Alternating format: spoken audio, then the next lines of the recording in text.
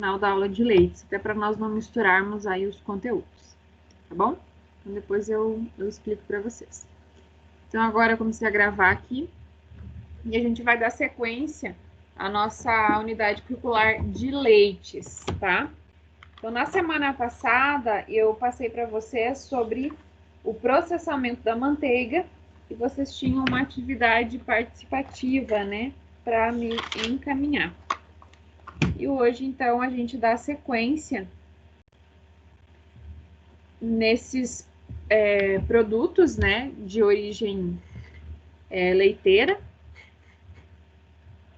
E hoje nós vamos ver sobre os gelados comestíveis, sorvetes e picolés. E aí a gente começa um assunto sobre a microbiologia do sorvete, que é algo bem interessante. E esse assunto sobre microbiologia, ele vai ser bastante usado a partir das próximas aulas.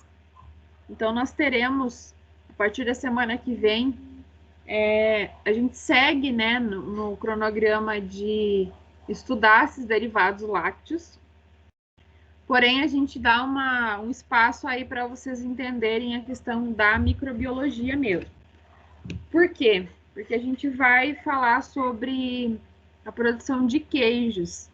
E a produção de queijo nada mais é do que um processo fermentativo que acontece por bactérias e fungos, né?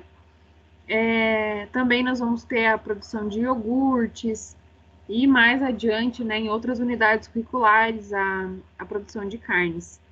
Então, bebidas também, né? E todas esses produtos, muitos deles são feitos a partir de fermentações. Então, por isso é um conteúdo bem importante. Vocês já viram muita coisa até aqui. Claro que a gente acabou dando um enfoque principal para os micro-organismos, né, que não são benéficos, são aqueles patogênicos e deteriorantes, tá? Mas agora a gente acaba vendo esse processo fermentativo por um outro ângulo, né? A gente acaba vendo eles como algo importante e necessário, tá? Então, esse material já está lá no Classroom para vocês.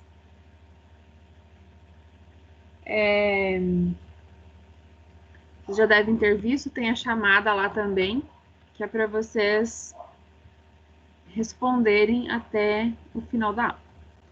Então, nós vamos dar sequência no conteúdo de gelados comestíveis.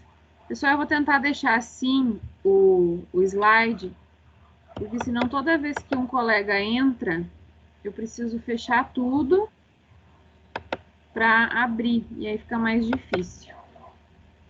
Eu fico atrapalhando a aula aqui. Deixa eu fechar a porta, porque tem muito barulho aqui também.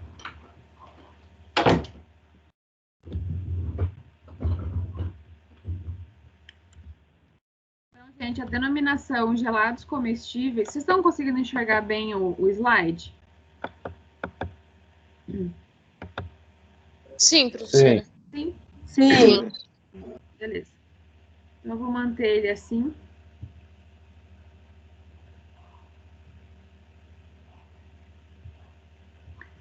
Pessoal, então os gelados comestíveis, né, que como eles são denominados, eles se referem tanto a sorvetes quanto picolés, tá? Então ele recebe essa denominação também. A gente vai falar bastante sobre isso. Então, antes de qualquer coisa, o que são os gelados comestíveis, né?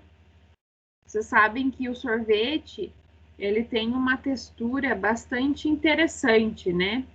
O sorvete, ele é congelado, né?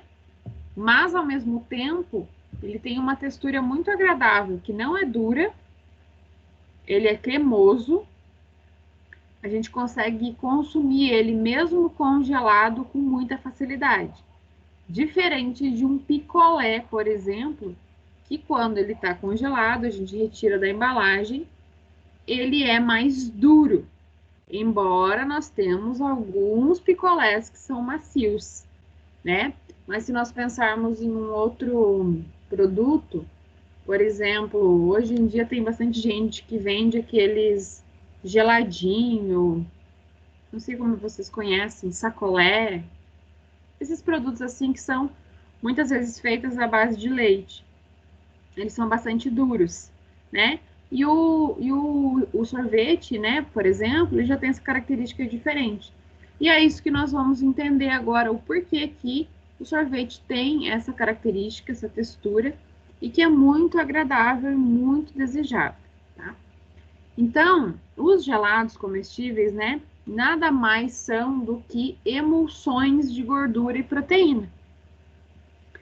A gente já falou sobre emulsão, em algumas aulas passadas eu já comentei com vocês sobre isso. Uma emulsão, para vocês entenderem, é algo, né, que a gente faz em casa com frequência. Um creme de maionese, por exemplo, é uma emulsão. Cada um tem um jeito de fazer, né? Uns utilizam ovos, leite, outros utilizam só leite. Isso é uma emulsão. Lá na frente, mais para frente, quando vocês estudarem carnes, vocês vão estudar e nós vamos falar sobre a produção de salsicha, por exemplo, ou de mortadela, seja ela de frango ou suína, enfim, não importa. Também é uma emulsão, tá? Então, só para vocês entenderem o que é essa emulsão. Uma emulsão é esse creme que é formado, né? Esse produto à base de gordura e de proteína, que vai formar aquele creme fofo, digamos assim, né? Com uma textura bastante agradável. Por exemplo, um creme de maionese é algo que quando você prepara ele, ele é um líquido e daqui a pouco ele tá numa textura mais grossa, mas que é bem agradável ao paladar. E o sorvete é a mesma coisa, ele chega nessa textura, tá? Então, essa emulsão, que é os gelados comestíveis, ela pode ser ou não acrescida de outros ingredientes. Então, ela não vai levar somente gordura e proteína. Os sorvetes, né, de uma maneira geral, tem vários ingredientes, vários sabores, né? E eles podem levar, né, esses outros ingredientes são água, açúcares, entre outros, né, desde que tenham sido submetidos ao congelamento, garantindo dessa forma a conservação do produto durante o seu armazenamento, transporte, comercialização e entrega do produto ao consumidor, com segurança alimentar. Então, aqui é importante, uma vez que o sorvete foi feito, é importante e necessário que ele continue congelado. Uma vez que ele descongelou, vocês devem prestar atenção, já prestaram atenção nisso em casa, compram no mercado um sorvete, vocês até chegar em casa, ou já tem um produto em casa que está congelado, vocês deixam ele fora da geladeira por um tempo. Quando ele começa a descongelar, ele começa a formar um líquido, né? Esse líquido, depois que ele congela, ele já não fica na mesma textura do sorvete, ele já fica parecendo um picolé. Já muda essa textura. Então, por isso, é importante esse processo aí de congelamento de todos os ingredientes, desde o momento que o sorvete foi preparado até o consumo. Então, no caso dos gelados comestíveis, eles são classificados de acordo com a composição e processo de fabricação. Nós sabemos aí que existem diferentes tipos de sorvete, né? Uns são bem saborosos, outros nem tanto, e muitas vezes os ingredientes que são utilizados que vão mudar essa característica desses sorvetes. Então, a composição química do sorvete vai determinar vários parâmetros estrutural, sensorial, né, importantes para a obtenção de um produto final de qualidade, como firmeza, resistência ao derretimento, né? Não é interessante um sorvete que qualquer calor ou que você tirou do freezer e logo colocou, logo que você tira do freezer, ele já descongela, né? Isso não é muito interessante. Então, essas características vão ser provenientes, então, de toda a composição química desse sorvete, tá? Então, o sorvete é um preparo alimentício sólido, semissólido ou pastoso, mantido congelado até o consumo e pode apresentar na sua composição teores de gordura. Esses teores, eles são variáveis. Vão ter sorvetes que vão ter um teor de gordura maior e outros menores. E proteína, que pode ser de origem láctea ou não láctea, tá? Esses sorvetes são misturas homogêneas, né, ou não, de ingredientes batidos e resfriados até o congelamento, resultando em massa aerada. Por que é mistura homogênea ou não? Nós temos alguns sorvetes que têm pedaços de chocolate, por exemplo, pedaços de frutas, produtos que deixam ali com uma textura e um aspecto bem interessante, um sabor bem agradável, né? Então, por isso que nem sempre ele vai ter não vai ser uma mistura homogênea, né? Ela pode ser uma mistura heterogênea. Mas, de todas as formas, é uma massa aerada, né? A gente consegue perceber no sorvete que tem ar dentro dessa emulsão. É isso que deixa ele com essa textura mais macia também, mais fofa, digamos assim, tá? É altamente nutritivo, apresentando-se em diversas formas, tamanhos e sabores.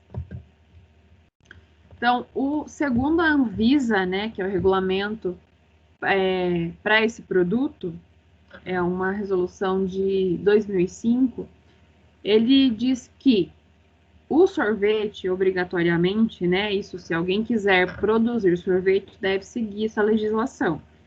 Então, o sorvete é um alimento congelado, refrescante e nutritivo, que pode ser acondicionado e apresentado em diversos formatos. Pode ser num pote grande, pode ser num copinho, pode ser... a pessoa pode ir até o estabelecimento e servir, né, como delivery. Enfim, são vários os formatos, né, que a gente encontra sorvetes. Ela é uma mistura pasteurizada e homogeneizada de leite e outros ingredientes, que pelo processo de agitação incorpora ar, proporcionando características de suavidade e maciez ao produto congelado. É isso que eu falei para vocês. Mesmo congelado, ele é um produto macio, podemos dizer assim. Possui a estrutura de um colóide, né, complexo, que dá essa característica para esse sorvete, formado por bolhas de ar, glóbulos de gordura, cristais de gelo e por uma fase aquosa não congelada. Essa aqui é a estrutura desse colóide, ou seja, é a estrutura deste sorvete, né, que naquela composição toda, né, a gente vai ter aí tudo isso: ar, gordura, gelo e ainda uma fase aquosa que não vai ser congelada. Estruturalmente, o sorvete é uma espuma na qual as bolhas de ar estão cobertas por cristais de gelo, glóbulos de gordura individualizados ou parcialmente fundidos. Então, essa característica aqui dessas bolhas de ar estarem cobertas por cristais de gelo e ter todos esses glóbulos de gordura em volta disso, que dá essa sensação macia do sorvete, é a tecnologia envolvida aí. É isso que é necessário se obter no preparo de um sorvete, tá? Então, quando se fala assim em tecnologia de alimentos, às vezes a gente não pode até imaginar que a tecnologia ela está implícita somente em máquinas, equipamentos, e na verdade não. A tecnologia ela está envolvida nisso, em conseguir obter um produto ali específico que você queira, né? Ou que você desenvolva uma metodologia ou desenvolva um equipamento que consiga atender essa necessidade tecnológica aqui, por exemplo, tá? Aqui um exemplo de como é o sorvete visto pelo microscópio, tá? Então, vejam só. Nós temos as bolhas de ar, essas bolhas maiores, né? Isso foi obtido, gente, no processo de emulsificação. Eu já vou mostrar para vocês como isso é possível, tá? Temos os cristais de gelo, né, em torno dessas bolhas. E temos a solução de açúcar, também em torno aí do cristal de gelo e das bolhas de ar. Tá? Então, aqui uma imagem do sorvete. Aqui nós temos uma outra imagem que mostra os glóbulos de gordura em emulsão, né? Um processo, primeiramente, se obteve esses glóbulos, eles estão separados. Depois ocorre um processo de congelamento, quando o sorvete começa a congelar.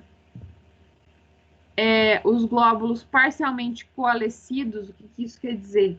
Quando eles se encontram, né? Eles começam a meio que se fundir e se congelar, um do ladinho do outro, né? Nesse processo também tem a incorporação de ar, né? Aonde vai formando bolhas de ar em torno, né, desses glóbulos de gordura. Além disso, né, se tem uma membrana proteica, porque a gente falou lá que tinha proteína nessa emulsão, né, proveniente aí do leite, micelas de caseína, que é a proteína, né, e glóbulos na interface das bolhas. E após isso, forma-se então uma rede tridimensional dos glóbulos de gordura, ar e gelo.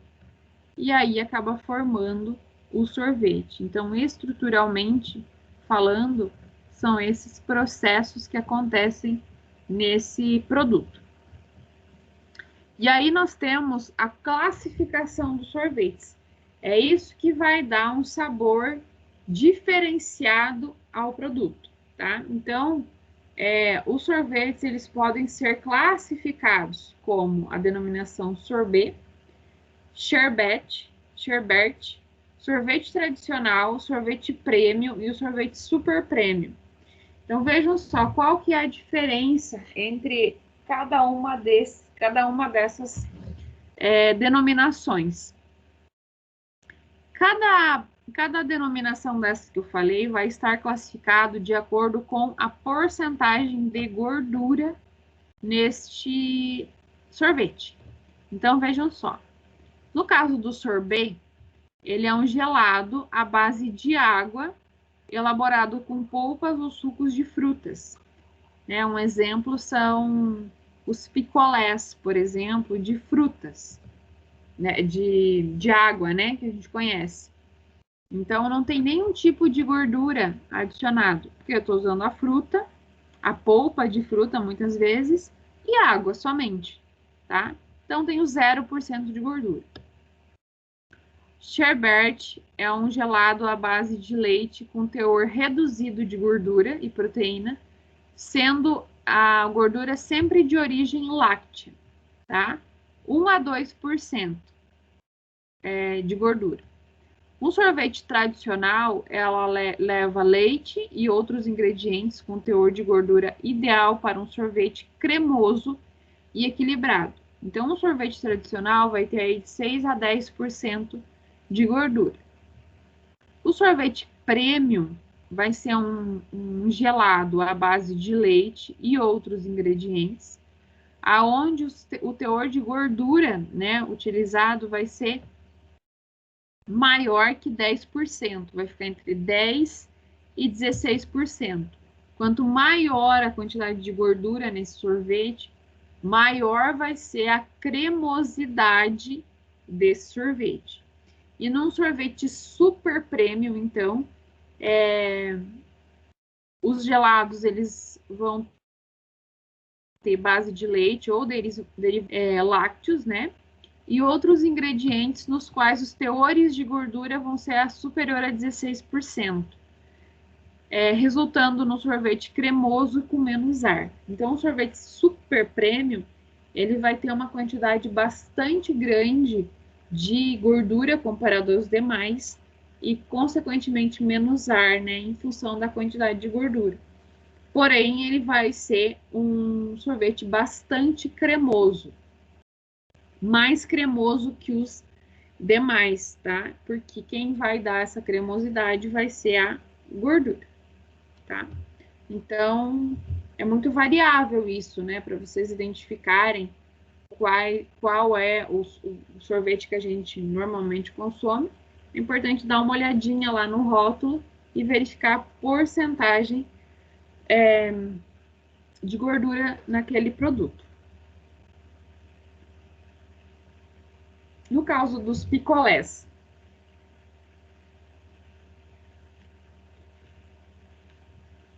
esse processo, gente, antes eu falar dos picolés, para a produção desse produto é muito simples.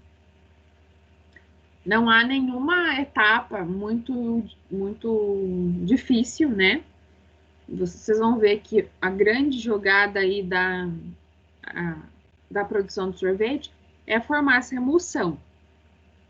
Não sei se algum de vocês já fez sorvete em casa, ou se os pais de vocês faziam, a avó talvez, mas é comum a gente encontrar em lojas de doces, assim, lojas que vendem esse tipo de produto, né? Que vende, por exemplo, aqui em Medianeira a gente tem a Júnior Doces. É uma loja que tem de tudo aí para confeitaria, por exemplo. Nesse tipo de loja é muito comum a gente encontrar saborizantes e aromatizantes para sorvetes, né? Se algum de vocês já fez sorvete em casa, vai saber do que eu estou falando. É um potinho, tem um cheiro muito bom, é um pozinho que tem lá dentro, você escolhe o sabor que você quer, por exemplo. Ah, eu quero fazer um sorvete de uva, por exemplo. Um sorvete de creme. Você vai lá e você compra esse saborizante, ele vem num pote. Um potinho mais ou menos assim, deve ter umas 250, 300 gramas, acredito eu. Isso vai dar o sabor do sorvete, você vai utilizar o leite em casa, vai adicionar esse saborizante em pó e você vai comprar também um potinho assim que é chamado de Emustab. Emustab eu acho que é a marca, se eu não estou enganada. O que é esse Emustab, gente? É uma gordura, tanto que se vocês já tiveram contato com isso, é algo bastante, parece uma banha assim, bem gorduroso. E esse Emustab, ele é um emulsificante, ou seja, é um emulsificante utilizado para formar uma emulsão, que é o que a gente quer fazer, né, na obtenção desse sorvete. Então, o que acontece para quem faz em casa? E quem faz em casa é um processo similar para quem faz na indústria. É adicionado leite, é adicionado esse sabor, já existe lá um preparo, né, de quanto utilizar para uma quantidade X de leite e uma quantidade desse Emustab. Isso tudo é misturado e é batido numa batedeira.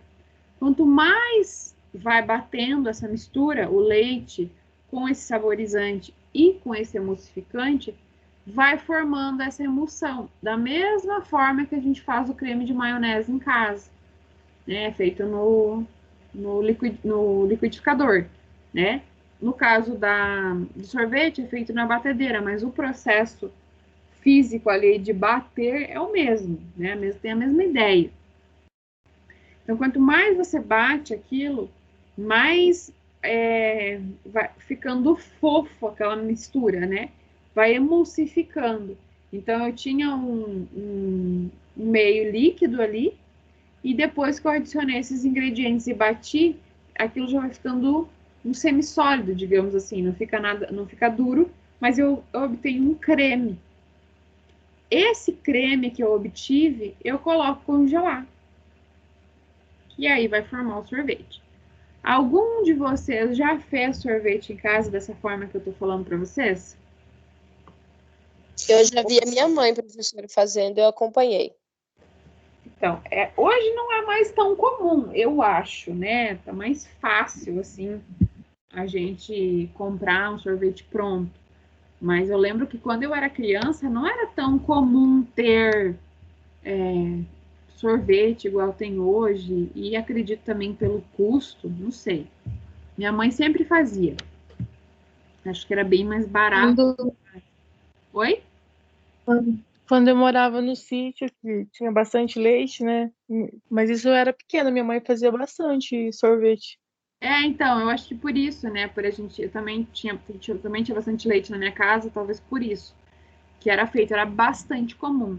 Hoje ainda tem, né? Tem indústrias, inclusive essa indústria que eu comentei para vocês, que é bem comum ter tem várias marcas, né? Mas tem essa marca que é a mais conhecida, ela se chama Duas Rodas, ela fica em Santa Catarina.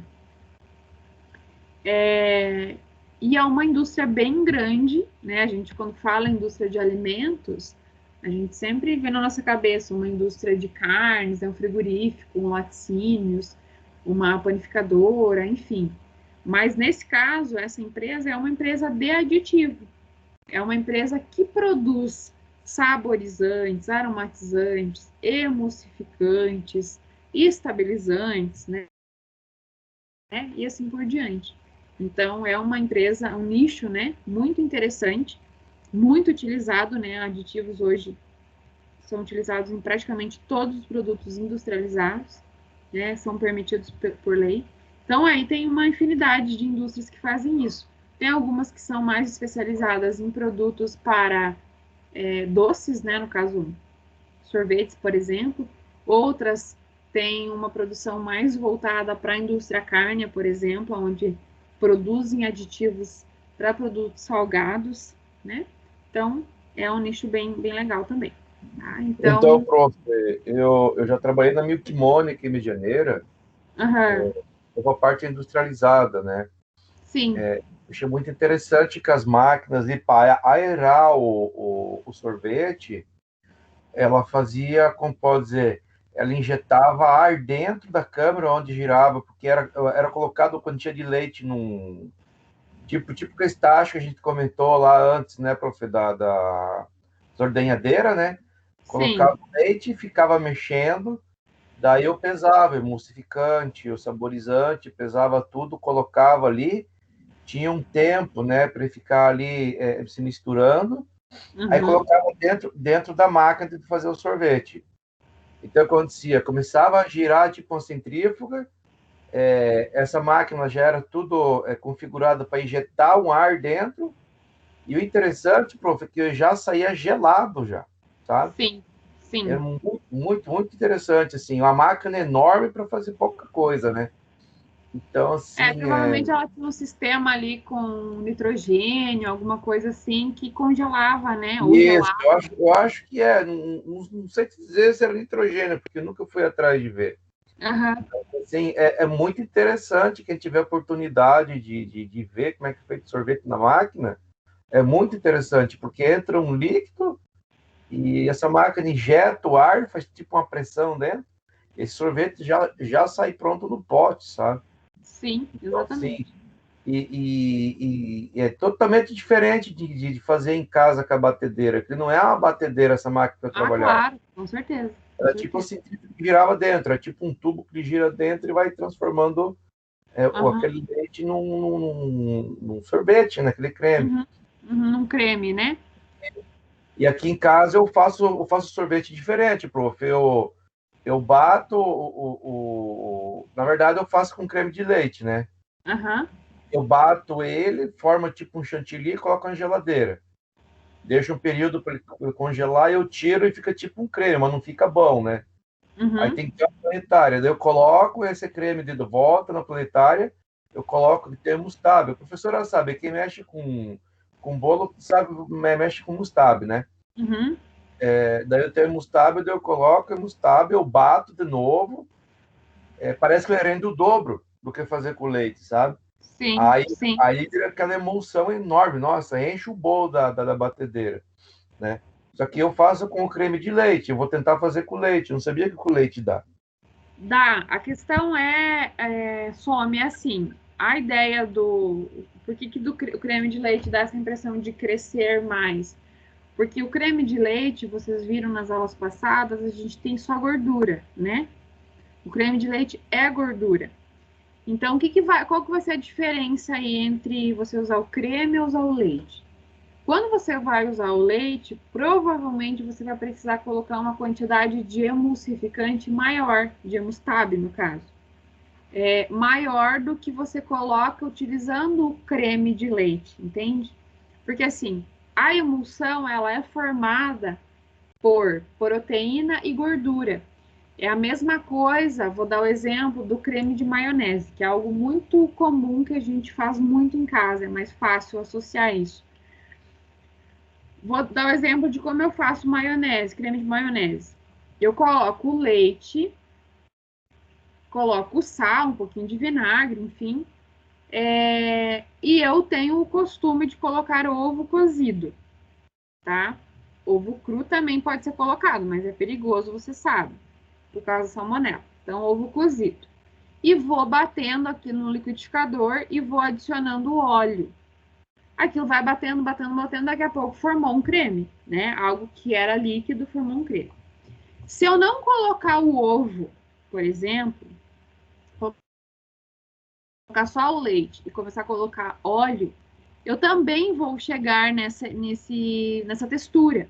Mas eu vou ter que utilizar uma quantidade de óleo muito maior, tá? Por que eu vou ter que utilizar uma quantidade muito maior? Porque a emulsão, ela se dá principalmente, na verdade, entre proteína e gordura. Então, a gordura é o óleo que eu estou adicionando. A proteína é aquilo que eu tenho no leite. Mas eu tenho uma quantidade pequena de proteína ali dentro, tá? Então, eu vou ter que ir colocando óleo até chegar numa textura ali desejável. Às vezes, o que acontece? Não dá ponto essa maionese. Nunca aconteceu com vocês de tentar fazer a maionese e ela não endurecer, ou seja, não formar uma emulsão, ficar líquida. E aí você vai colocando óleo, vai colocando óleo, vai colocando óleo, e às vezes você não chega nessa textura. Por quê? Porque está faltando proteína no seu ali no liquidificador, na sua mistura. Então, quando você acrescenta ovos, por exemplo, você está acrescentando proteína. A clara do ovo é composta basicamente por proteína, tá? A gema do ovo é principalmente gordura. Então, quando você coloca ovos junto, você diminui a quantidade de óleo que você utiliza. Por quê? Porque você tem uma quantidade maior de proteína também, proteína e gordura. No caso do Some fazer o sorvete só com o creme de leite, o que muito provavelmente ele está conseguindo obter aqui, ó, um sorvete premium ou super premium. Por quê? Porque ele está com uma porcentagem de gordura muito maior do que quando eu utilizo um sorvete tradicional aqui, que eu só utilizo leite, por exemplo, tá? E aí eu acabo tendo que usar esse emulsificante aí para chegar nessa textura. No caso da maionese, voltando a falar nela, se eu quisesse fazer ela com leite, ovos e um pouco de Emustab, por exemplo, eu também vou conseguir. Aí eu não vou adicionar o óleo. Então, se eu tiver Emustab em casa, quero fazer uma maionese, eu vou fazer ela do mesmo jeito, mas ao invés de eu largar óleo de soja ali dentro, ou qualquer outro óleo que vocês utilizam, você larga um pouco de Emustab. Você vai conseguir obter o creme da mesma forma, tá? Deu para entender, Some, por que do leite, do creme de leite? Sim, prof. Deu para entender. Obrigado. No caso dos picolés, então, a gente vai falar um pouco mais de emulsão mais para frente, tá? Para vocês entenderem mesmo que é esse o grande segredo dos picolés, dos sorvetes, né? No caso dos picolés, ele é obtido, então, através de uma calda, que pode ser à base de água, né, e frutas, ou à base de leite, que é aquele sorvete, aquele picolé de creme que a gente conhece. Então, o processo de fabricação ele vai ser idêntico ao do sorvete. O único diferencial é o do chocolate esquimó, né, que é utilizado para formar a casca nos picolés de creme, por exemplo, que é esse exemplo aqui do desenho. tá?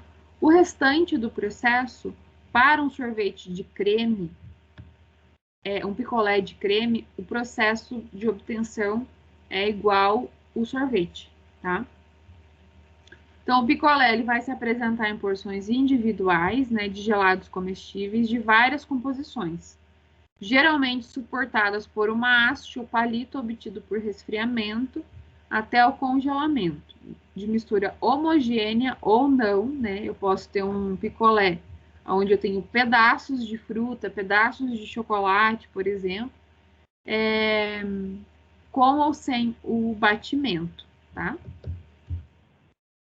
O processo de elaboração da calda do picolé é igual ao do sorvete, como eu falei, porém o picolé é colocado em um equipamento chamado de picoleteira e após é embalado, tá? Então aqui uma picoleteira, aonde essa calda é adicionada, né? Onde vai dar o formato tradicional que a gente conhece dos picolés, e a haste vai ser presa aqui, ó, nessa estrutura metálica, né?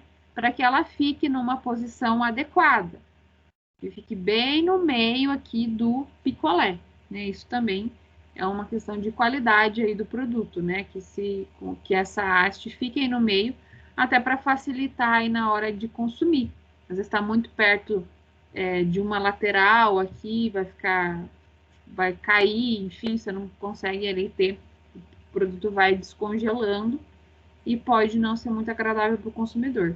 Então, a picoleteira tem esse formato aqui, né, basicamente, né? Claro que cada indústria aí vai ter suas máquinas, suas marcas que utilizam, mas de uma maneira geral ela tem esse formato aqui. É bastante comum a gente fazer picolé em casa, né? Tem muitas formas disponíveis aí nos mercados e lojas para se fazer picolé em casa também, né? Pode ser utilizado essas hastes de madeira ou já nas formas vêm hastes próprias, né? Normalmente de plástico, para serem utilizadas também. Então, os ingredientes e os aditivos utilizados na produção, né, desses gelados. A água é o ingrediente que entra na maior proporção, né, nas formulações. Ela vai servir como um solvente, ou seja, é a água que vai auxiliar o processo de dissolução dos ingredientes que são utilizados, né? Por quê? Nos sorvetes, de maneira geral, gente, por exemplo, um sorvete de morango, um sorvete de creme, que seja, um baunilha, chocolate, enfim. Por que se tem aquele sabor tão intenso? Não é chocolate que tem lá dentro, né? Não é baunilha que tem lá dentro, não é morango que tem lá dentro que dá aquele sabor. É sempre colocado um saborizante, um aromatizante. É colocado um aditivo lá para chegar naquele sabor bem intenso, né? Que a gente percebe. E por isso essa água é utilizada, então, para diluir esses aditivos. O leite também é um ingrediente, né? Apresenta proteína, gordura, carboidrato e nutrientes que auxiliam na qualidade do produto final, tornando ele mais nutritivo. Então, se o sorvete ele é conhecido, né, como sendo nutritivo, é em função do leite que é utilizado, né? Um ingrediente nutritivo. E as gorduras compreendem os sólidos gordurosos do leite. Os produtos com maior teor de gordura, como eu falei, vão apresentar maior maciez, né? Mais maciez e cremosidade, pois incorporam maior quantidade de ar, bem como auxiliam nas propriedades sensoriais e estabilidade durante o processo de estocagem. As gorduras utilizadas, elas podem ser utilizadas na formulação, né? Aliás, as gorduras utilizadas na formulação podem ser de origem vegetal ou animal. As gorduras vegetais são muito utilizadas porque elas apresentam um baixo custo. A gordura vai ser responsável pela cremosidade e pela textura do sorvete. Aumentando a concentração de gordura, diminui o tamanho dos cristais de gelo, né, devido à interrupção do espaço onde eles se formariam. Por isso que vocês viram que um sorvete super premium, que tem uma quantidade maior de gordura, vai ter uma menor incorporação de ar, por exemplo, tá? Porque a quantidade de gordura ali dos glóbulos de gordura vai ser tanta que os cristais de gelo não vão conseguir se formar. Logo, não vai ter essa incorporação de ar, tá? Aqui um exemplo, tá? Não sei nem que marca que é esse sorvete aqui, dessa imagem, mas eu trouxe para vocês porque ele trazia a nomenclatura premium, tá? Então, aqui, ele já chama a atenção do consumidor para isso. O que é um sorvete premium, né? É aquele que vai ter a maior quantidade de gordura. Para alguns consumidores, pode ser que esse seja o mais interessante, o mais agradável, tá? Então, só por curiosidade. E quais que são os sólidos não gordurosos? O que tem no sorvete que é adicionado ou é proveniente do leite, por exemplo, que não é gordura? Então, as substâncias sólidas do leite, né, vão ser sólidos não gordurosos, por exemplo, as proteínas. A principal delas é a caseína, que é aquele exemplo que eu sempre falo para vocês, quem é alérgico, né, à proteína do leite é alérgico à caseína, tá? É a proteína disponível nesse leite. Sais minerais, citratos, fosfatos, né, que estão presentes no leite, vão ter o efeito sobre as propriedades reológicas, né, sobre a textura, contribuindo para o aspecto e consistência do produto final e sobre a estabilidade da emulsão, tá? Então, esses sais minerais que estão presentes no leite também vão estabilizar essa emulsão, vão dar um sorvete com uma textura agradável e isso vai ser estável no congelamento. Aqui, gente, tem uma questão bem importante, tá? Quando uma emulsão é congelada, quando ela é descongelada, ela tem que ter uma estabilidade, tá? Por exemplo, o sorvete. Quando a gente tira ele do freezer ou quando ele fica disponível lá numa lanchonete, né? Que tem um buffet, por exemplo, as pessoas ficam abrindo o freezer várias vezes, né? Ficam servindo, fica tendo uma variação de temperatura bastante grande.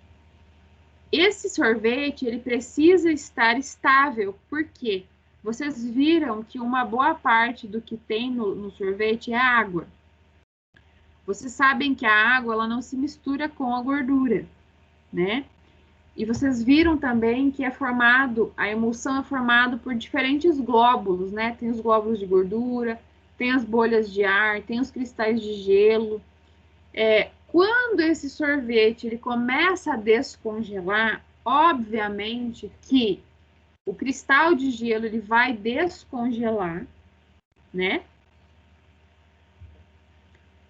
É uma água que descongelou.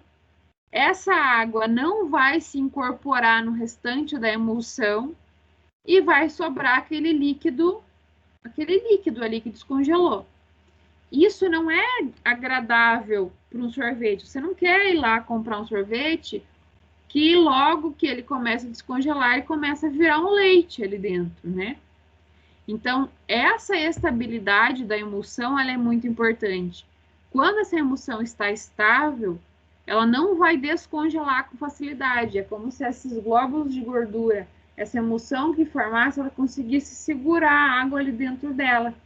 E isso não escorrer tudo, podemos dizer assim, tá?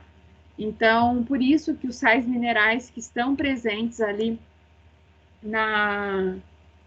no leite, eles são bem importantes aí para estabilizar essas emulsões, tá, gente? Então, além disso, outra substância presente que não é gordurosa são os carboidratos, né? No caso, a lactose, que é o açúcar do leite. Vai conferir textura e cremosidade ao sorvete também. Em excesso, podem causar uma textura arenosa, né, todos esses ingredientes, devido principalmente à cristalização da lactose. Pode-se adicionar alguns substitutos, como o xarope de glicose. Então, dependendo da quantidade de lactose presente, pode começar a ocorrer uma cristalização desse açúcar, né? E aí, para que isso não aconteça, vocês devem ter visto isso com a professora Camila lá em balas, né? Na disciplina de balas e chocolates, a utilização de um xarope. Esse xarope, ele é produzido justamente para que a cristalização não aconteça. Açúcares. Todos os sorvetes contêm bastante açúcar, né? Esse açúcar ele vai contribuir no aumento da viscosidade, vai acentuar o sabor, vão auxiliar na textura também e no ponto de congelamento. O açúcar comumente utilizado é a sacarose, que é o açúcar branco que a gente conhece, além de glicose, que pode ser adicionada na forma líquida ou em pó. No caso de uma dosagem inferior, o sorvete pode ficar mais duro e quebradiço, né, em relação à quantidade de açúcar. Isso também faz com que tenhamos aí uma textura bem agradável em função dessa quantidade de açúcar que é adicionado. E uma superdosagem, né, é possível que ocorra o derretimento precoce, sabor enjoativo e uma textura pegajosa. Então, o excesso de açúcar também traz esse tipo de situação para o sorvete, que provavelmente vocês já perceberam, principalmente essa superdosagem de açúcar, né? É bem comum em algumas marcas ocorrer esse derretimento precoce, ter um sabor enjoativo em função do doce e ter uma textura também um pouco pegajosa, por ter muito açúcar ali, né? Os estabilizantes que podem ser utilizados e por que eles são utilizados. Então, aquilo que eu falei para vocês, quando a emulsão ela congela e depois ela descongela, ela poderia virar um leite ali, né, com muita facilidade, se separando as fases, gordura e água.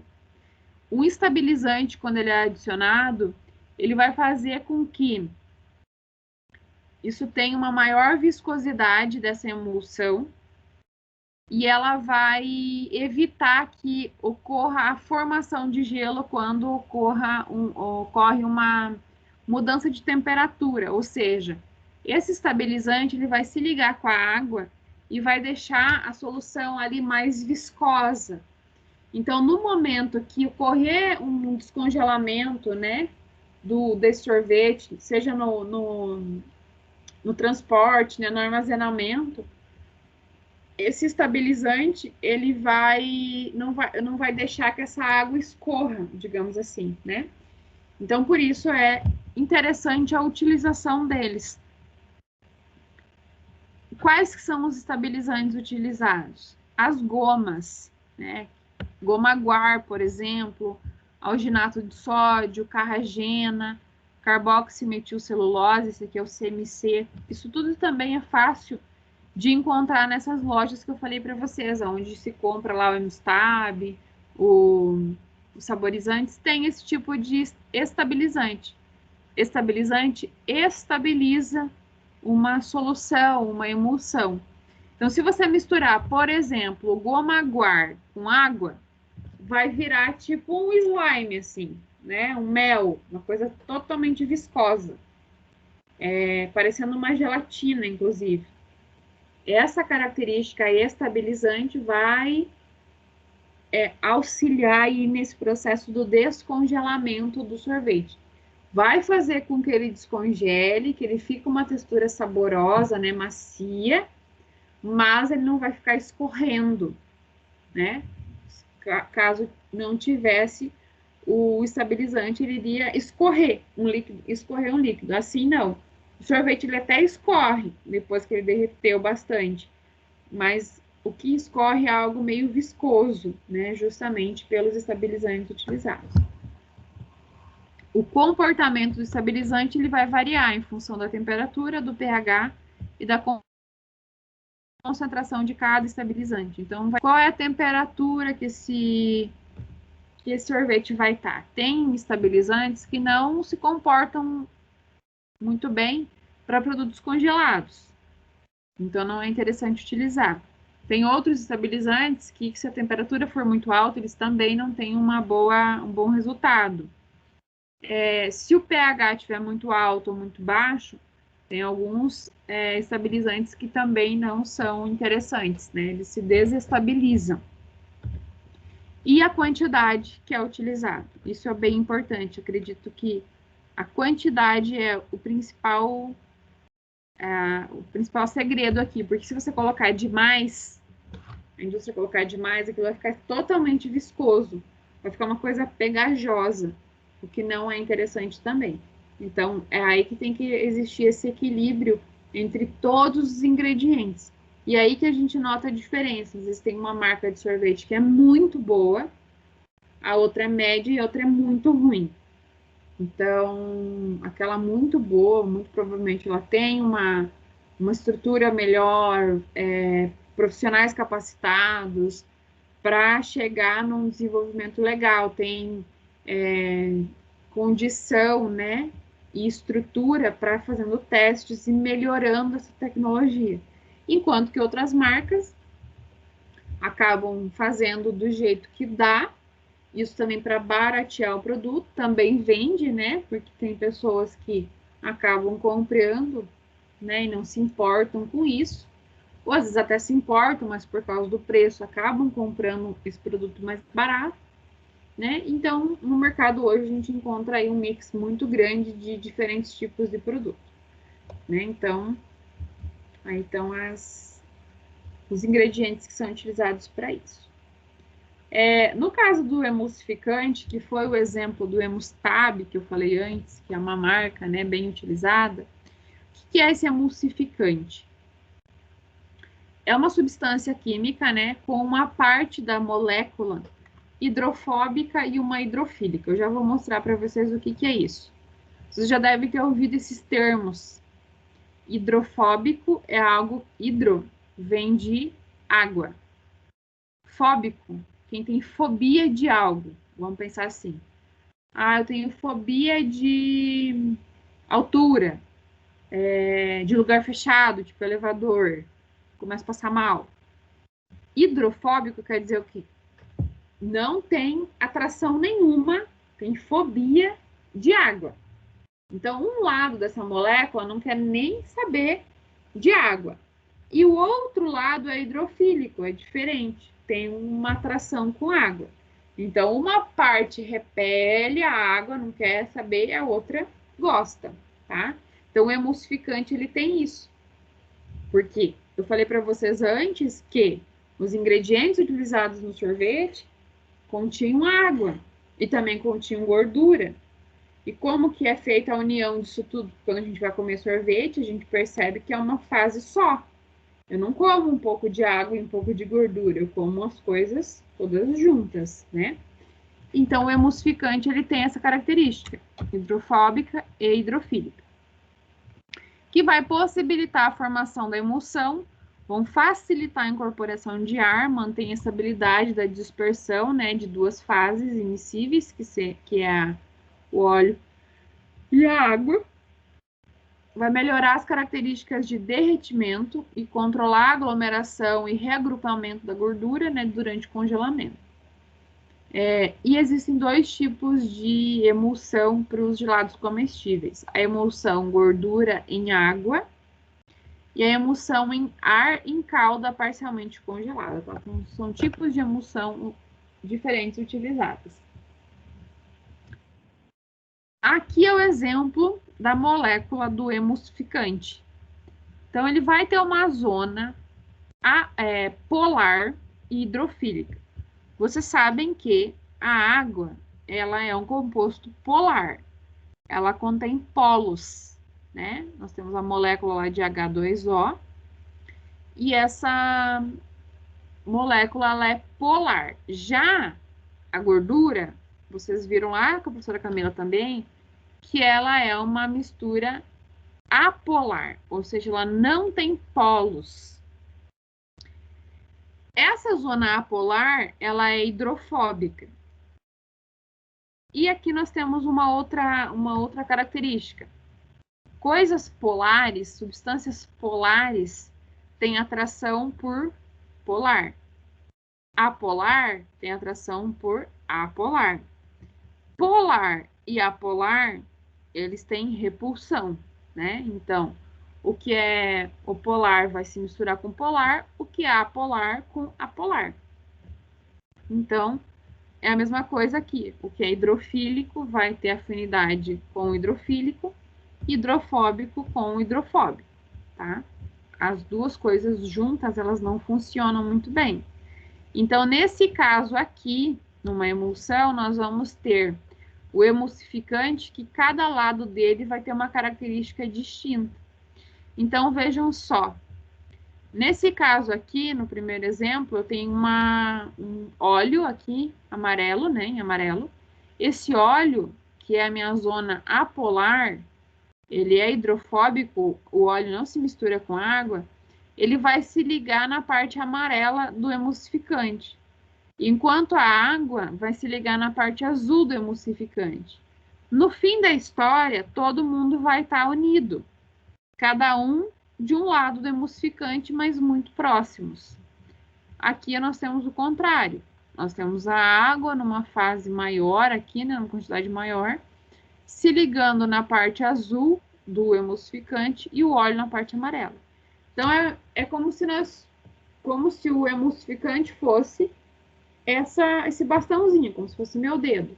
Então, o óleo vai se grudar aqui e a água do outro lado. No final, nós vamos ter uma emulsão que tem óleo e que tem água, e que está todo mundo junto. Eles estão juntos, mas eles estão separados, né?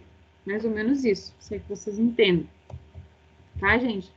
Isso aqui é a mesma coisa que acontece na hora de fazer uma maionese, tá? A água e o óleo, eles estão separados, porém, tá todo mundo junto. A gente não vê fases distintas na hora que mistura lá com as batatas, por exemplo. Então, esse é o emulsificante, e além disso, nós ainda temos os aromatizantes, corantes e polpas que são utilizados. Esses aditivos aqui, eles são não são obrigatórios, né? Cada indústria aí, cada empresa vai utilizar se quiser. Então, o objetivo desses ingredientes é conferir ou acentuar o sabor e a cor, interferindo nas características sensoriais do produto. As substâncias podem ser naturais ou artificiais. Aqui, gente, tem algo muito importante a ser falado. A gente tem na nossa memória, né? Nós temos uma questão, vocês fizeram análise sensorial agora há poucos dias. A análise sensorial é algo muito interessante, por quê? Porque está ligado diretamente com as nossas percepções, com os nossos sentimentos. Existe uma memória afetiva, né? Às vezes eu comia alguma coisa muito boa na casa da minha avó quando eu era criança, eu gostava muito daquilo. Então, hoje, se eu sentir um cheiro parecido, um sabor parecido, vai me remeter àquela lembrança que era muito boa. Então, quando se fala em fazer a utilização de alguns aromatizantes e corantes, é justamente para atrair o consumidor, né? Imaginem a gente ir lá comprar um picolé de uva, que tem cheiro de uva, sabor de uva, mas a cor dele é alaranjada, por exemplo. Isso não faz muito sentido na nossa cabeça, né? Ou a mesma coisa é eu comprar um sorvete de laranja, ele ter gosto e cheiro de laranja, mas ele tem cor azul, por exemplo. Não faz sentido, a laranja não é azul. Então, por isso que os corantes, enfim, aromatizantes, eles são utilizados para melhorar essa característica, né? Porque o consumidor, ele precisa disso. Aquilo tem que fazer sentido na nossa cabeça, tá? Então, cada empresa e indústria utiliza esses ingredientes da forma que achar mais conveniente. Não sei se vocês já compraram, enfim, devem ter provado com certeza, aqueles geladinhos. Você compra um pacote desse tamanho assim, deve vir uns 50 lá dentro, e deve custar, tipo, sei lá, R$7, R$10, é muito barato. E aí tem tudo que é cor. Tem laranja, tem azul, verde, rosa, enfim. Quando você vai comer aquilo lá, ele tem, praticamente todos têm o mesmo sabor.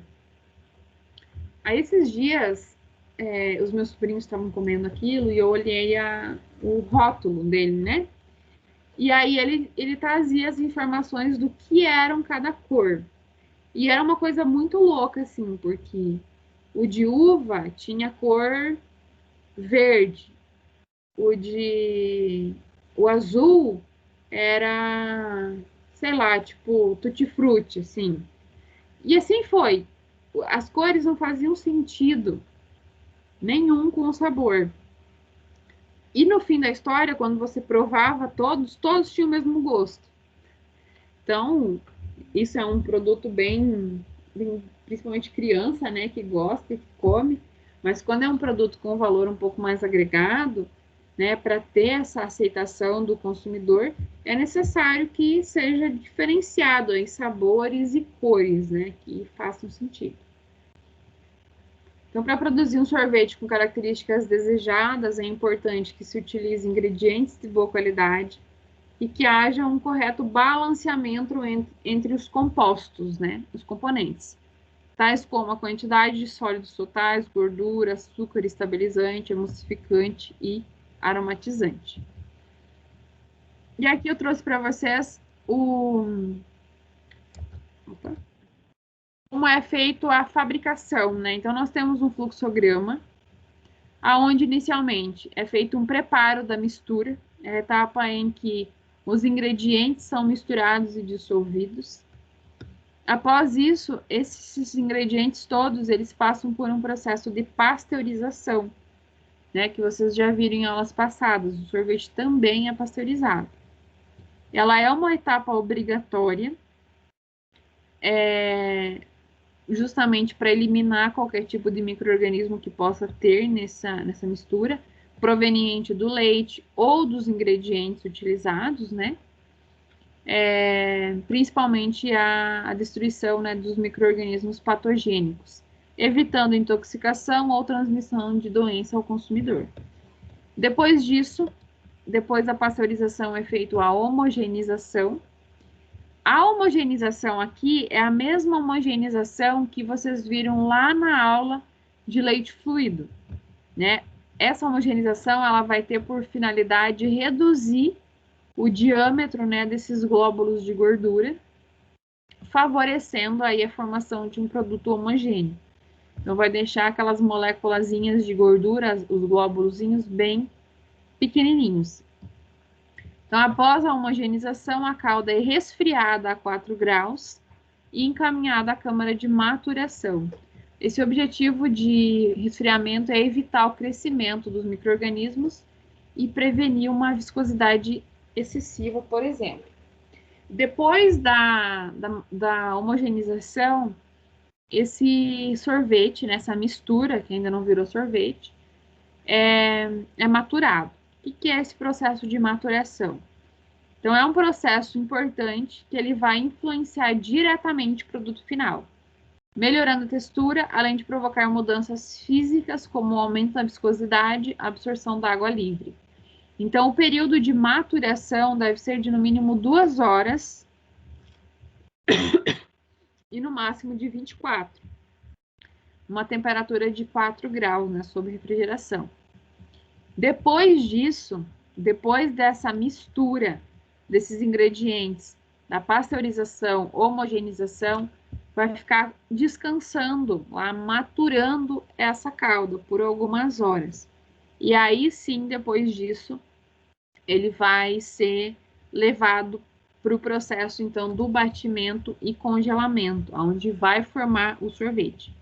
tá? Então, nessa etapa define o sabor de ar, a entrada de ar, né? Pode variar de acordo com a qualidade e o rendimento do produto, em função da incorporação e do equipamento utilizado. A mistura congela a -2 ou -3 graus, né? Devido à presença de carboidratos, da lactose e de outros açúcares. Então, a temperatura ela baixa um pouco para poder congelar. Isso em função de que nós não temos mais uma substância pura aqui dentro, nós temos vários ingredientes, por isso essa temperatura mais baixa para o congelamento, né? A água pura, por exemplo, ela congela a 0 graus, mas como aqui nós temos outros produtos utilizados, vai ser uma temperatura mais baixa. A incorporação de ar ela é chamada de overrun, usualmente definido como aumento do volume do sorvete obtido a partir de um volume inicial de calda. Então, se tinha uma quantidade de calda e depois essa quantidade dobrou, que foi o que o Somi comentou, né? Ele dobrou em volume, porque é como se tivesse crescido, incorporou ar ali dentro e essa mistura aumentou. Fatores que vão influenciar nessa incorporação de ar, né, que é desejável. Balanceamento correto de calda em temperatura correta para fabricação, né, de 3 a 5 graus.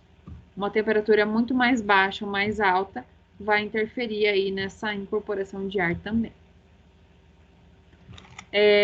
Fatores que contribuem também, né, para essa incorporação. Excesso de estabilizante, frutas, chocolate, que podem ser utilizados, né, também fazem com que tenha uma menor incorporação de ar, uma homogeneização insuficiente, refrigeração insuficiente, uma calda numa temperatura muito alta, raspadores de equipamentos ajustados, por exemplo, né, e quantidade de ar vai depender do equipamento, né, utilizado também. Então, depois do processo de batimento, incorporação de ar, o produto é envasado na saída da sorveteira para posterior armazenamento. E aí ele é armazenado em diferentes recipientes, né? Nesses potes, embalagens maiores, embalagens menores, enfim, de acordo com o que for desejável aí para a indústria. Depois disso, esse produto ele é armazenado, né? -30 graus, e há uma temperatura a ser mantida de forma constante para não afetar a característica desse produto, né? Então, se ficar diminuindo e aumentando essa temperatura onde esse sorvete ele congela, descongela, congela, descongela, com certeza a qualidade vai diminuir, né? Então, o armazenamento deve ser feito também, né, em potes esterilizados, né, para evitar qualquer tipo de contaminação.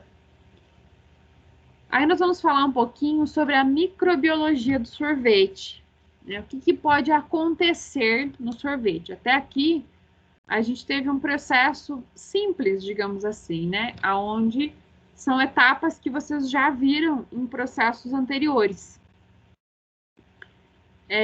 Mas esse sorvete ele está suscetível aí à ação de micro-organismos.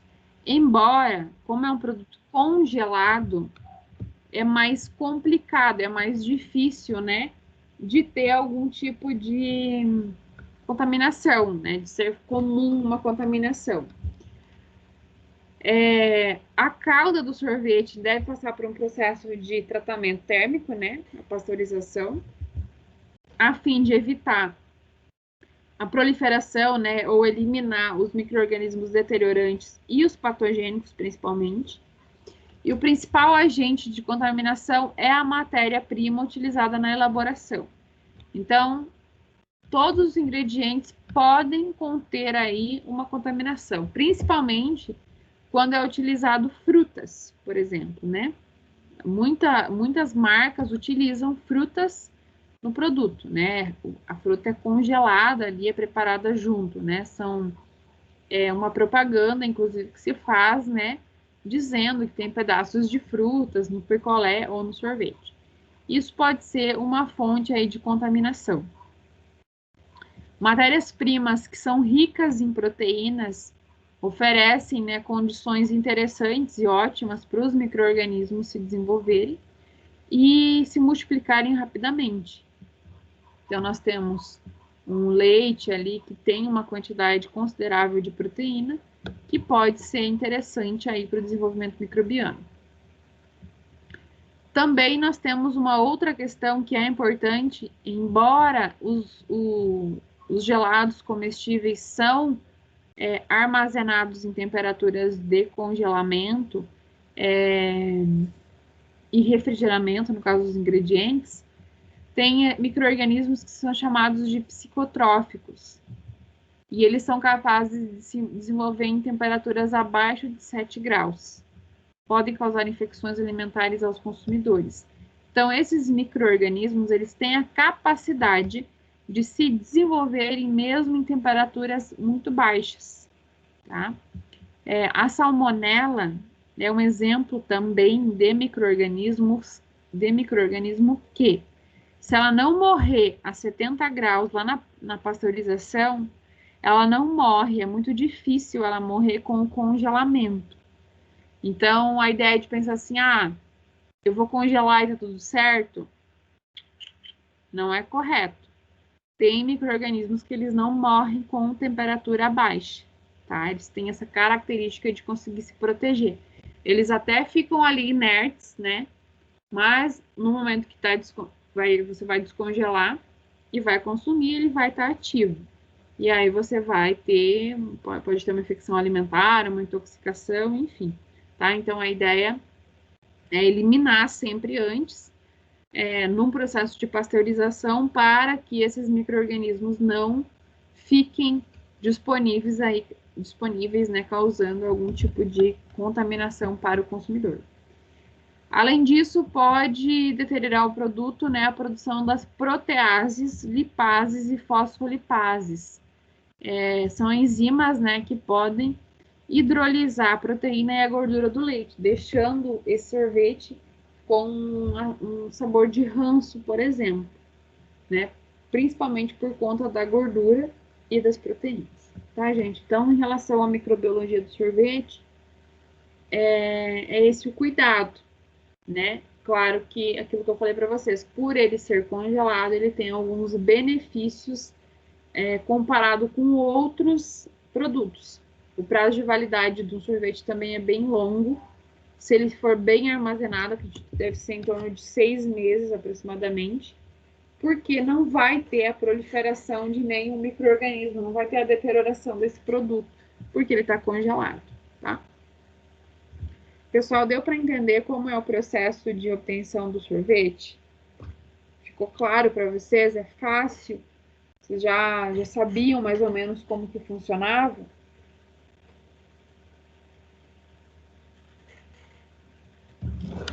Vocês estão aí ainda?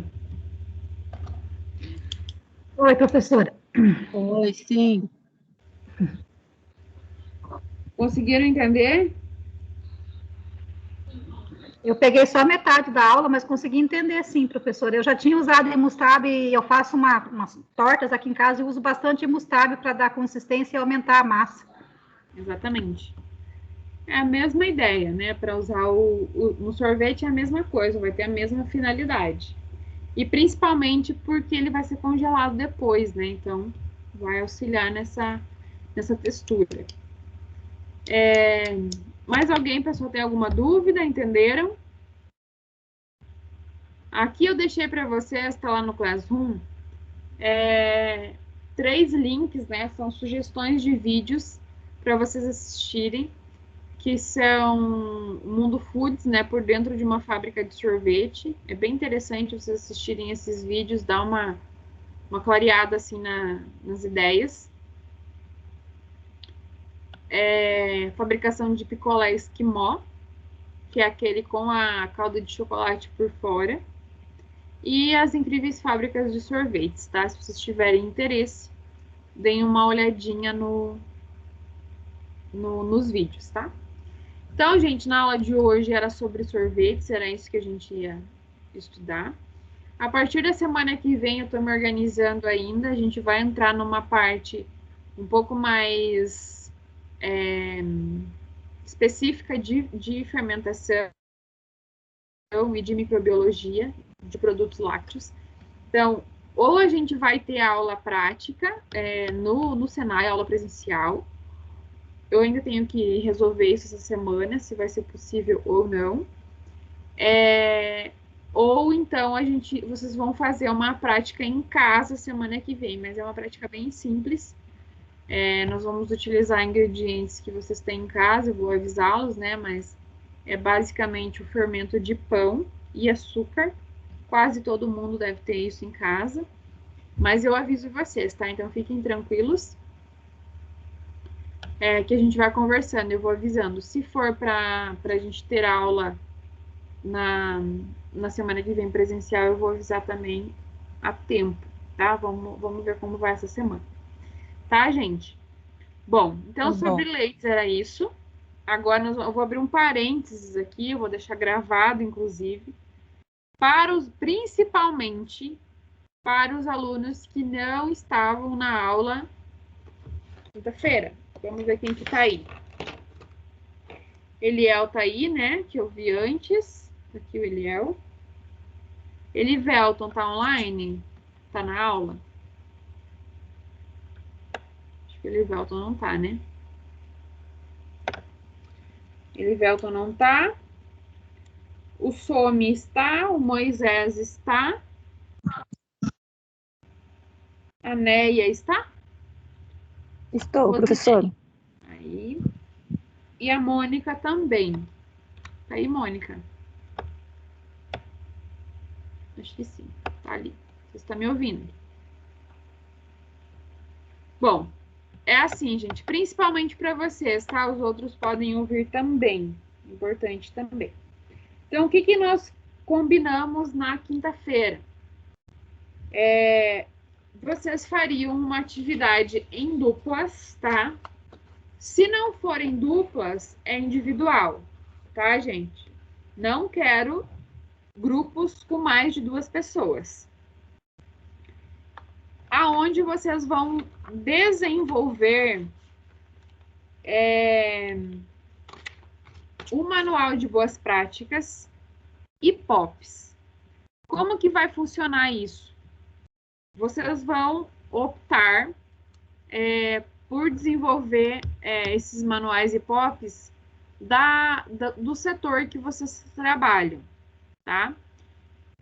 Então, assim, os colegas aqui, a maioria deles se reuniu em duplas e escolheu ou o setor de um ou o setor do outro, caso trabalhavam em setores diferentes, tá? Eu vou dar o primeiro exemplo que eu tenho aqui. A Taína e a Daiane são um grupo, uma dupla, aonde elas vão trabalhar sobre o almoxarifado, tá? O que elas vão fazer? Elas vão escrever um manual de boas práticas com base nas nossas aulas. Então, quem está meio perdido aí, eu sugiro que vá lá no Classroom e assista as aulas. Pegue o material que está no Classroom, que tem modelo de manual e modelo de POP, e dê uma boa olhada lá que vai guiar vocês aí nesse trabalho. Então, vocês vão desenvolver isso. Então, no caso das meninas aqui, elas vão fazer um manual de boas práticas com todos aqueles tópicos que eu passei no quadro, passei aqui, mostrei para vocês. Tem a folha lá no Classroom, nas aulas do dia 15 de abril e do dia 23 de abril, que estão esses modelos, aula 3 e aula 4, de segurança dos alimentos, tá? Nesse manual, vocês vão identificar o local, no caso das meninas, almoxarifado. Vão colocar qual é o objetivo de ter um manual de boas práticas para o almoxarifado, por exemplo. Quais que são os colaboradores envolvidos? Vocês, obviamente, né? E no caso das gurias ali, até dei um exemplo. E quantas pessoas trabalham nesse almoxarifado? Ah, tem 20 pessoas que trabalham lá, não sei. Vocês vão descrever que tem 20 funcionários. Se quiser colocar ali qual é o cargo de cada um deles lá dentro, pode colocar também. Ah, o meu setor é o abate. tem tantas pessoas lá dentro, uns fazem isso, outros fazem aquilo, pode colocar também, você está identificando o tipo de colaborador que você tem ali. E aí, a partir disso, vocês vão considerando, né, em relação à higiene pessoal, como é feita, o treinamento desses funcionários, a uniformização, utilização dos EPIs, depois vocês vão falar sobre a estrutura, as instalações, né, edificação, a higiene ambiental, o manejo dos lixos, o controle de pragas e roedores, por exemplo, e assim por diante, tá? Vão seguindo o modelo que vocês têm no Classroom, tá? Que vai orientar vocês, vai ajudar vocês a montar os seus próprios manuais de boas práticas, dentro daquilo que vocês vivem aí na indústria. Então, vocês estão num local específico, né? Antes de vocês tem outro setor, depois de vocês também. Mas vocês vão falar do setor de vocês. Então, no meu setor especificamente não tem a geração de lixo. Então, você não vai colocar o manejo, você pode até colocar que não há produção de lixo, de resíduo no teu setor. Mas você descreve dessa forma aí no seu manual. Então, o manual, gente, é aquela ideia de que qualquer colaborador novo que chegue no espaço, ele consegue pegar o manual e ver como as pessoas trabalham ali dentro, como funciona. Eu trabalho lá na evisceração, por exemplo. Vai estar descrito lá como são esses processos, como é a higiene, como é a higienização daquele lugar depois que as aves são evisceradas, por exemplo. Então, o manual ele tem esse objetivo. Além disso, vocês também farão a elaboração de POPs. Quantos POPs vocês vão ter que fazer? Vocês que vão definir aquilo que é importante, de acordo com o manual que vocês fizeram também. Então, por exemplo, lá no almoxarifado, vou dar esse exemplo novamente. POP do quê? Primeiro, almoxarifado é um lugar que tem muita coisa, de muitos setores. Como que é feita a lavagem do piso desse almoxarifado? Tem coisa que pode molhar, tem coisa que não pode molhar. Como que é feita a limpeza hoje? Só varre, passa um pano, joga água? Não sei. Quem chegar lá vai ter que saber como é feito isso. E o POP vai descrever isso. No meu setor, por exemplo, tem a lavagem de facas. Como que é feita a lavagem dessas facas? Ou como é feita a higienização das luvas que são utilizadas para o corte de carne? Ou tem a higienização das mãos dos funcionários para eles adentrarem nesse setor. Isso tudo pode ser POP. Por isso que eu não vou falar para vocês assim quantos vocês vão fazer. Vocês vão ver aqueles que no setor de vocês eles são muito importantes. Às vezes tem a higienização de um equipamento que é específico lá, tem que desmontar uma parte do equipamento. Vocês vão descrever isso. De repente, tem um equipamento lá que é muito específica a forma de mexer nele, tem um monte de botão e tudo mais. Aí vocês vão pensar, nossa, será que eu faço um POP de como usar esse equipamento? Aí o que vocês devem pensar? Nós estamos numa unidade curricular que ela se refere à segurança dos alimentos.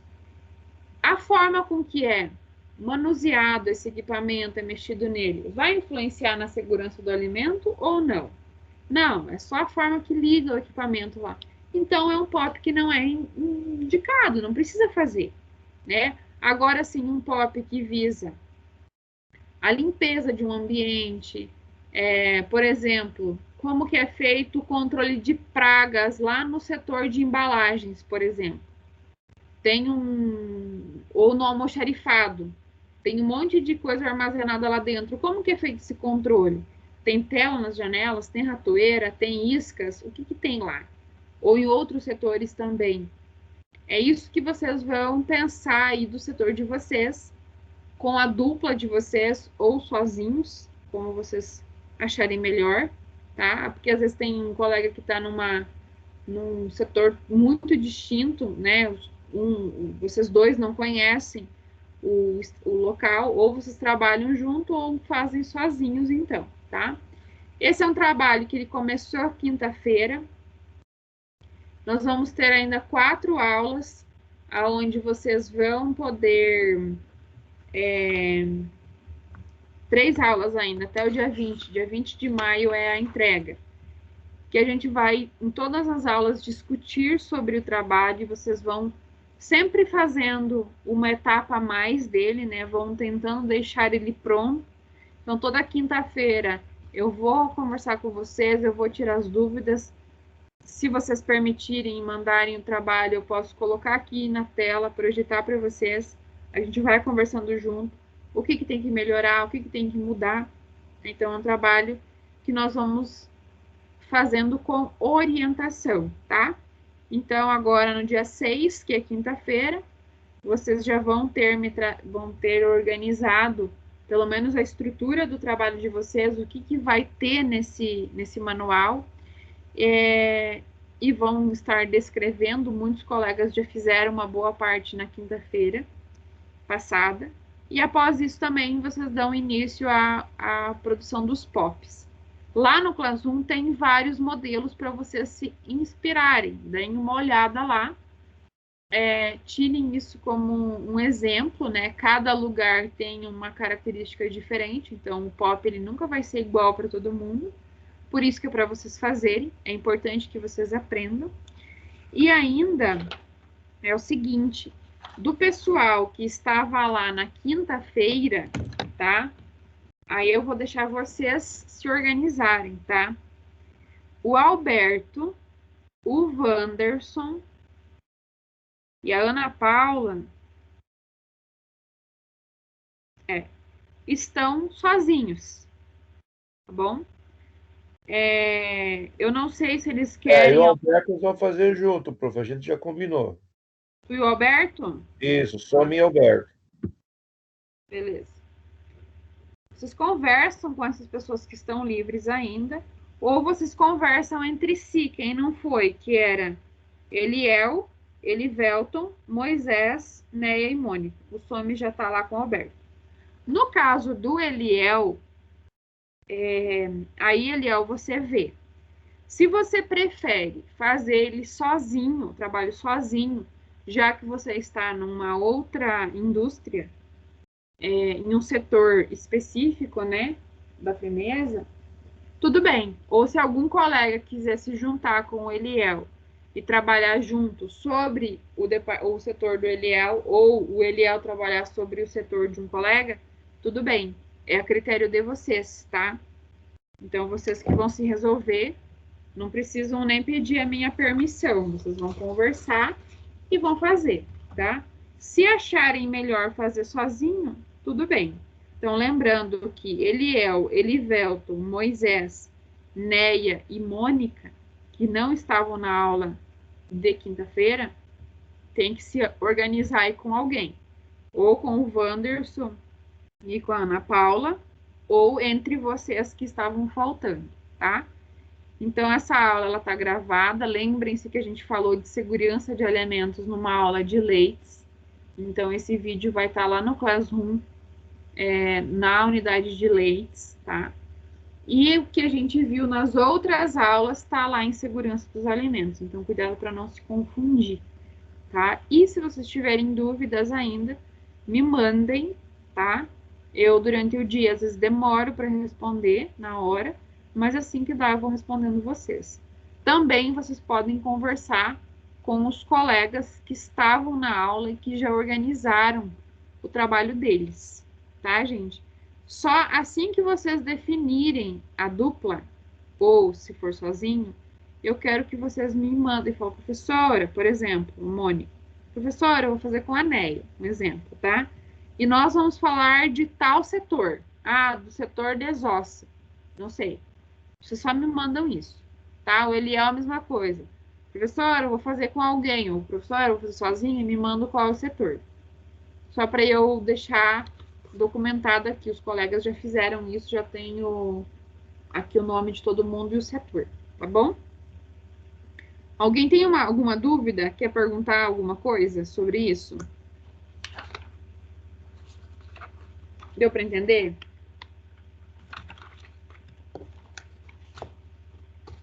Sim, prof. Então tá, Vê,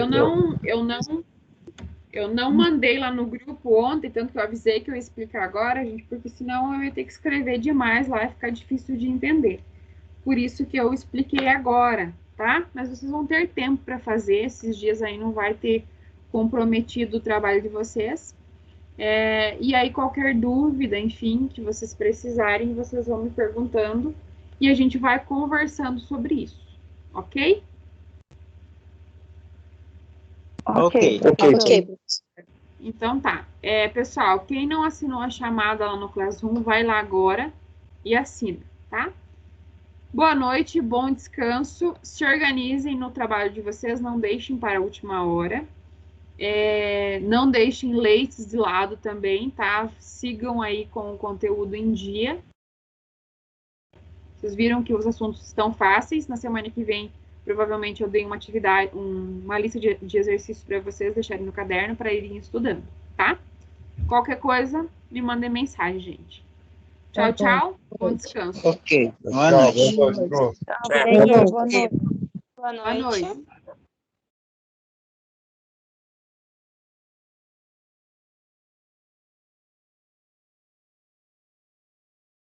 Boa noite, professora.